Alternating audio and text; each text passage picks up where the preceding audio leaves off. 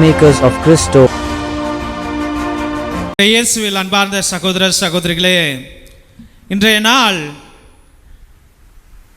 ஒரு அருமையான தெய்வ வசனங்களை கொடுக்கிற நாளாக நம் அனைவரையும் தூண்டும் நாளாக மாறியிருக்கிறது. இன்றைய இறை வார்த்தைகளிலே நாம் பார்க்கும் பொழுது ரோமியருக்கு பவுல் எழுதுகின்றார், நம்ம எல்லாரும் பாவிகள், நம்ம எல்லாரும் பலவீனமானவர்கள், நம்ம எல்லாரும் அயோக்கியர்கள், நம்ம எல்லாரும் பலகீனமானவர்கள், நம்ம எல்லாரும் அறிவாளிகள் இல்லை, நம்ம எல்லாருமே கஷ்டத்தில் இருக்கின்றோம், நம்ம எல்லாருமே வேதனையில் இருக்கின்றோம், நாம் பாடுபடுகின்றோம், நமக்கு நாளைய தினத்தை பற்றி தெரியாது, இதுதான் சத்தியம் என்று சொல்லுகின்றார். ஓகே, அந்த வேளையில் நாம் என்ன செய்ய வேண்டும்? தூய ஆவியாரை நாம் அழைக்க வேண்டும் என்று பவுலடிகளார் சொல்லுகின்றார். நற்செய்தி வாசகத்தில் பார்க்கும் பொழுது ஒரு சகோதரன் கேட்கின்றான் இயேசுவை பார்த்து, ஐயா, மீட்பு பெறுவோர் சிலர் மட்டும்தானா என்று சொல்லுகின்றார். அதற்கு இயேசு ராஜா சொல்லுகின்றார், சிலர் மட்டும்தான். ஏனென்றால் இந்த அயோக்கிய உலகத்தில், பாவ உலகத்தில் அனைவரும் பரலோக நுழைவாயில் அடியெடுத்து வைக்க மாட்டார்கள், இந்த பரீட்சையை அவர்கள் ஜெயிக்க மாட்டார்கள் என்று வெட்ட வெளிச்சமாக சொல்லிவிட்டார். தெய்வ பிள்ளைகளே, ஒரு ஊரில் ஒரு மீனவர் இருந்தார். அந்த மீனவர்கிட்ட அவருடைய மகன் அனுதினமும் சொல்லுவார், அப்பா நானும் கடலுக்கு வரேன்ப்பா, நானும் கடலுக்கு வரேன்ப்பான்னு. டே, நீ சின்ன பிள்ளடா, உனக்கு தெரியாதடா. இல்லைப்பா, எனக்கு ஆசையாக இருக்குதுப்பா, நீ படகுல கூட்டிகிட்டு போப்பா அப்படி என்று அவன் அனுதினமும் பிடிவாதம் பிடிப்பான். நானும் வரேன்ப்பா என்று சொல்லுவான். அப்போ சரி, புள்ள கேட்குறானே, ஆசைப்பட்டு கேட்குறானே என்று அந்த தந்தையானவரும் ஆபத்தை அறியாமல் அவர் அழைத்து செல்லுகின்றார். இன்னைக்கு எத்தனையோ பெற்றோர்கள் கூட பிள்ளைகள் கேட்குதே, ஐயோ நமக்கு ஒரு பிள்ளை தானே இருக்குது, ஐயோ நமக்கு இந்த பிள்ளை மட்டும்தானே இருக்குது, ஐயோ பொம்பளை பிள்ளை தானே, ஐயோ ஆம்பளை பிள்ளை தானே என்று கேட்பதையெல்லாம் நாம் அவர்களுக்கு கொட்டி வாரி வழங்கி விடுகின்றோம். அதில் நாம் செய்கின்ற அந்த நிகழ்வில் எவ்வளவு ஆபத்துக்கள் இருக்கிறது, அது அறிவை ஊட்டுமா, அது அவனுடைய ஃப்யூச்சருக்கு நல்லதா, அது அவனை பலப்படுத்துமா, அது அவனை தைரியப்படுத்துமா என்று யோசிப்பதே இல்லை. குருட்டம்போக்கில் புள்ள கேட்குதே என்று செய்து விடுவது, பின்னாடி உட்காந்து அழுவது. அதே போல தான் இந்த தந்தையானவரும் தன்னுடைய மகனை கடலுக்குள் அழைத்து செல்கின்றார். அப்பா, மீனெல்லாம் மேலேயே மிதக்குதுப்பா என்று அவர் போட்டை ஓட்டிக்கிட்டே இருக்கும் பொழுது அந்த பையன் என்ன செய்கிறான், மீனை பிடிக்கலான்ட்டு அப்படி துள்ளி ஒரு கையை விடுகின்றான், தவறி கடலுக்குள்ளாய் விழுந்து விடுகின்றான். கடலுக்குள்ளாய் விழுந்ததை தந்தை கண்ணோக்கி விட்டு எவ்வளோ முயற்சி எடுக்கின்றார், அந்த மகனை காப்பாற்றணும் என்று. இவன் மூழ்கி கொண்டு அப்பா காப்பாத்துப்பா, அப்பா காப்பாத்துப்பா என்று சொல்லுகிறான். ஆனால் அவன் கையை மேலே நீட்டுவதில்லை. தந்தையும் எவ்வளோ முயற்சி எடுத்தும் அந்த கை அவனுக்கு அண்டுவதில்லை.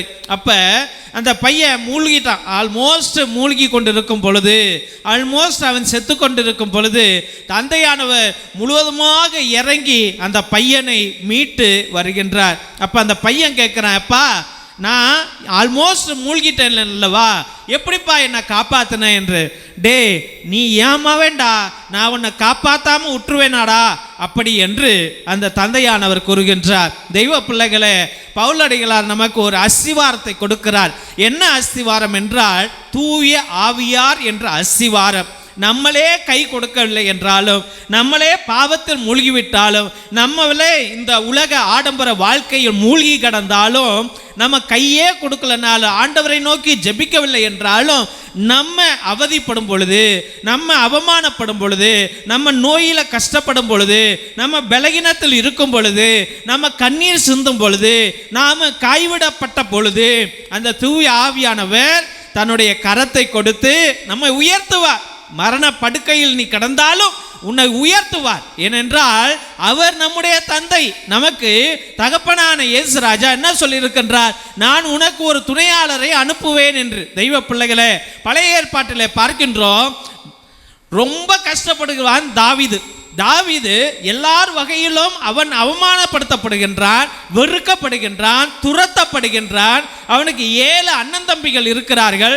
அவன் கைவிடப்பட்ட பொழுது சவுல் அரசன் அவனை கொல்ல வேண்டும் என்று திட்டம் வைக்கும் பொழுதும் கூட அவன் அண்ணன் தம்பிகள்கிட்ட போறான். அண்ணன் தம்பி என்ன சொல்றாங்க? இங்கெல்லாம் வராத, ஓடி போயிரு, ராஜா உன்னை கொல்லணும்னு நினைக்கிறான், நீ என் வீட்டுக்கே வராத என்று துரத்தி விடுகிறார்கள். இன்னைக்கு எத்தனையோ பிள்ளைகள், தெய்வ பிள்ளைகளே, ஜப வாழ்க்கையில் இருக்கிற பிள்ளைகளே, இந்த சந்தர்ப்பத்தையும் இந்த சூழ்நிலையையும் அவர்கள் சந்தித்து கொண்டிருக்கிறார்கள். இன்னைக்கு சொந்த அண்ணன் தம்பியே நமக்கு உதவுவதில்லை, சொந்த அக்கா தங்கச்சி நமக்கு கை கொடுப்பது இல்லை. இன்று எத்தனையோ கிறிஸ்தவ மக்கள், இன்று எத்தனையோ கத்தோலிக்க மக்கள் அண்ணன் தம்பிக்கு உறவு வேணாம், அக்கா தங்கைகள் உறவு வேணாம், அவங்க உறவு வேணாம், இவங்கள்ட்ட பேச வேணாம், அவங்க முகத்தை பார்க்க வேணாம், அவன்லாம் சொந்தக்காரனே கிடையாது என்று எல்லாரையும் வெறுத்து வெறுத்து வெறுத்து வாழ்கின்றோம். நமக்கு அந்த ஆவியானவர் தூண்டுதலின் நிமித்தம் அன்று 3000 பேரும் 5000 பேரும் சேர்ந்து ஜெபித்தார்கள். அந்த ஜெப வாழ்க்கை இல்லாமல் இன்று பண வாழ்க்கையும் ஆடம்பர வாழ்க்கையும் இருப்பதனாலே நாம் என்ன செய்கின்றோம்? தூய ஆவியாரை பற்றியே நாம் பேசுவதில்லை, அந்த ஆவியானவரை நாம் பற்றி கொள்வதில்லை. ஆனால் தாவீது கைவிடப்பட்ட பொழுது அவன் ஆண்டவரை நோக்கி ஜெபித்தான். ஆண்டவருடைய ஆவி என் மேலே, ஆண்டவருடைய அபிஷேகம் என் மேலே, ஆண்டவருடைய துணை என் மேலே, ஆண்டவருடைய கரம் என் மேலே என்று அவன் ஜெபித்தான். தெய்வ பிள்ளைகளே, இன்று எத்தனை பிள்ளைகள் நம்பிக்கையோடும் விசுவாசத்தோடும் நம்ம ஆண்டவரை நோக்கி ஜெபிக்கின்றோம், ஆண்டவரை நோக்கி ஜெபிக்கின்றோம். பவுல் அரசனை ஆண்டவர் அடியோடு அழித்து போட்டார், அமலோக்கியர்கள் வெட்டி போட்டார்கள். அவ்வேளையிலும் அவன் கருணையோடு, ஐயோ அவன் ஒரு நாள் எனக்கு சோறு போட்டான் அல்லவா என்று நினைத்தது அந்த தாவீதின் உள்ளம். இன்று எத்தனை பேர்கள் நன்றி உணர்வோடு, ஐயோ நம்ம வாழ்க்கைக்கு முன்னேறின காரணமே அவங்க தானே, நம்மளை படிக்க வச்சவங்க அவங்க தானே, நம்மளை போஷித்தவர்கள் அவர்கள் தானே, என்னை பெற்றெடுத்து என்னை வளர்த்து என்னை படிக்க வைத்து என்னை வேலைக்கு அனுப்பி என்னை கல்யாணம் பண்ணி வைத்தது என் பெற்றோர்கள் தானே என்று எத்தனை பேர்கள் நன்றி விசுவாசத்தோடு வாழ்ந்து கொண்டிருக்கின்றோம். தெய்வ பிள்ளைகளே, அதன் நிமித்தமே அந்த தூய ஆவியாரை பெற்றுக்கொள்ளாத பிள்ளைகளில் நிமித்தமே இயேசு ராஜா சொல்லுகின்றார். என்ன சொல்கின்றார்? இடுக்கமான வாயில் வழியாக நுழைய வருந்தி முயலுங்கள். உன் வாழ்க்கை எல்லாம் இடுக்கமாக தான் இருக்கும். அந்த தூய ஆவியாரை நீ பெற்றுக்கொள்ளவில்லை என்றால், இயேசு ராஜா தன்னுடைய பொது சேவையை தொடங்குவதற்கு முன்பதாக யோவானிடம் சென்று, அப்பா எனக்கு ஞானஸ்தானம் கொடு என்று அந்த வேளையில் அந்த தூய ஆவியானவர் ஆட்கொள்கின்றார். அப்ப அவர் பொது வாழ்க்கையை அவர் தொடங்குகின்றார். தெய்வ பிள்ளைகளே, அதே போலதான் இன்று உன்னுடைய வாழ்க்கை பிரகாசமாக இருக்க வேண்டும் என்றால், உன்னுடைய வாழ்க்கை பலப்படுத்தப்பட வேண்டும் என்றால், நீ எதிரிகளை வெல்ல வேண்டும் என்றால், நோயற்ற வாழ்க்கையை நீ வாழ வேண்டும் என்றால், உன் பிள்ளைகள் வெற்றி அடைய வேண்டும் என்றால், நீ என்ன செய்ய வேண்டும்? தூய ஆவியாரை பற்றி கொள்ள வேண்டும். இல்லை என்றால் என்ன இடுக்கமான பாதை. அப்ப நீ போய் ஐயோ ஆண்டவரே ஆண்டவரே ஆண்டவரே நீ ஜெபிப்ப, ஆனால் ஒரு காலமும் ஒரு நல்லதும் ஆண்டவராகிய கர்த்தர் செய்ய மாட்டார். ஏனென்றால் அவர் சொல்லுவார், நீ யாருன்னு எனக்கு தெரியாதையா, நீ அயோக்கியன், நீ துரோகி, நீ பாவி, நீ எதிரி, நீ அடுத்தவங்களுக்கு நல்லதே செய்யலையே என்று. இல்லை ஆண்டவரே, நான் கோயிலில் வந்து உட்காந்து சாப்பிட்டேன் அல்லவா, நான் எல்லாத்துக்கும் பிரசாதம் கொடுத்தேன் அல்லவா, நான் எல்லாத்துக்கும் ஜூஸ் வாங்கி கொடுத்தேன் அல்லவா, எல்லாத்துக்கும் சாப்பாடு வாங்கி கொடுத்தேன் அல்லவா என்று சொன்னாலும் பிரயோஜனம் இல்லை. விளக்கு வாங்கி கொடுத்தேன் அல்லவா, பூசை எழுதி வச்சேன் அல்லவா என்றால் பிரயோஜனம் இல்லை. நீ உன்னுடைய உள்ளத்தில் பரிசுத்தத்தை ஏற்றுக்கொள்ள வேண்டும். அப்ப அந்த பரிசுத்தம் எங்கிருந்து வரும்? தூய ஆவியாரிடமிருந்தே வரும். அந்த தூய ஆவியார் எங்கிருந்து வருவார்? ஆண்டவராகிய கடவுள் உனக்கு அனுப்பணும். தெய்வ பிள்ளைகளே, அதனால் நம்முடைய பாதைகள் இடுக்கமான பாதைகள், எல்லா அவமானங்களும் இருக்கிற பாதை, இது நம்ம விட்டு போகவே போகாது. இந்த பாதையில் நாம் பிரயாணம் செய்ய வேண்டும் என்றால், இந்த பாதையில் நாம் வெற்றி அடைய வேண்டும் என்றால் தூய ஆவியார் இருக்க வேண்டும் என்று நமக்கு இன்றைய வாசனங்கள் தெரியப்படுத்துகின்றன. அதனால் நாம் அனைவரும் தூய ஆவியாருடைய அந்த கருணை உள்ளத்தை கேட்டு நாம் அனைவரும் அவருடைய துணையை நாடி ஜெபிப்போம். திருசிலுவை ஆசீர்வாதத்தை பெற்றுக்கொள்வோம். தந்தை ஆசீர்வாதத்தின் திருசிலுவை. திருசிலுவை உனக்கும் உன் குடும்பத்திற்கும் வெளிச்சமாய் இருக்கிறது. நரக சர்ப்பம் உனக்கு அதிபதியாக வேண்டாம்.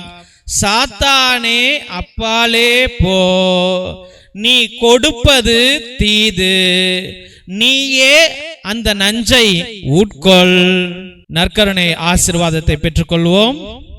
எல்லாம் அல்ல இறைவன் தந்தை, மகன், தூய ஆவியார் உங்களையும் உங்கள் குடும்பத்தையும் ஆசீர்வதித்து வழி நடத்தி காத்தருள்வாராக.